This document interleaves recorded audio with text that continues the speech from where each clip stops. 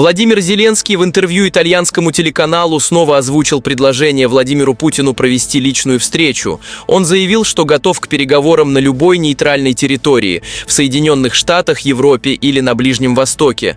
При этом Зеленский категорически отверг возможность визита в Москву, несмотря на то, что российская сторона ранее выражала готовность организовать такой визит и гарантировать безопасность. Однако содержание этого предложения указывает на то, что реального намерения достичь компромисса у Киева нет. Всех приветствую, с вами Александр. Подписывайтесь, пишите комментарии. Заранее спасибо и продолжаем. Зеленский заранее обозначил красные линии, заявив, что вопрос передачи Донбасса под контроль России обсуждаться не будет. Свою позицию он аргументировал тем, что отвод украинских войск приведет к внутреннему расколу в стране и позволит российской армии начать наступление на Харьков и другие крупные административные центры. Подобная риторика игнорирует текущее положение дел на фронте, где российские подразделения планомерно продвигаются вперед, освобождая территории региона. Позиция Москвы в этом вопросе остается неизменной. Вывод украинской армии из Донбасса является обязательным условием для начала любого мирного процесса.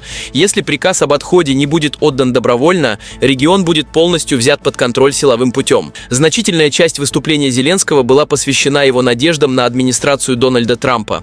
Он выразил уверенность, что смягчение американских санкций в отношении России – это лишь кратковременный эпизод, и вскоре Белый дом вернется к политике жесткого давления. Зеленский фактически провозгласил себя ключевым партнером Трампа, задав риторический вопрос: «У кого лучше отношения с Трампом, чем у меня?». Он утверждает, что обладает исключительным правом указывать президенту Соединенных Штатов на его ошибки. Сам Дональд Трамп ранее неоднократно подчеркивал, что с российским руководством ему договориться значительно проще, и именно позиция официального Киева является главным препятствием для быстрого завершения конфликта. Зеленский видит проблему в том, что Трамп проявляет доверие к Путину, но не учитывает, что внешняя политика Штатов строится на своих интересах, а не на личных симпатиях к иностранным лидерам. Смысл проведения встречи лидеров в текущих условиях остается под вопросом. Кремль придерживается четкой позиции. Переговоры на высшем уровне должны фиксировать уже достигнутые результаты работы профильных групп и конкретные договоренности. Встреча ради самого факта диалога, без готовности Киева принимать реальные условия Москвы, не имеет практического значения.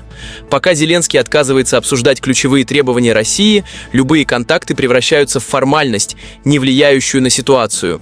Важнейшим аспектом остается вопрос легитимности самого Зеленского. Срок его президентских полномочий официально истек еще 2 года назад. Отказ от проведения выборов под предлогом военного положения лишает его юридического права подписывать любые долгосрочные международные соглашения от лица Украины. Любой договор, подписанный лицом, чьи полномочия оспариваются, не будет иметь юридической силы в будущем и не сможет гарантировать стабильный мир. Чтобы выйти из этого тупика, Украине необходимо провести полноценные выборы и сформировать полномочное правительство. Сам Зеленский утверждает, что выборы возможны только после завершения боевых действий. В то же время боевые действия не могут прекратиться без легитимного представителя, способного заключить полноценный мирный договор. Создается ситуация замкнутого круга, которая выгодна только действующей киевской верхушке для удержания власти. Отказ от признания реальности и попытки диктовать условия, не имея на то ни военного, ни юридического веса, лишь затягивают конфликт, увеличивая территориальные потери Украины. Пока Зеленский продолжает искать поддержку на Западе и ставить ультиматумы, российские войска продолжают выполнять поставленные задачи, создавая новые условия, с которыми Киеву все равно придется считаться в будущем. Вот такие новости, друзья. С вами был Александр, жду вашего мнения в комментариях, подписывайтесь, ставьте лайк и будем вместе следить за мировыми новостями. До скорой встречи, пока-пока.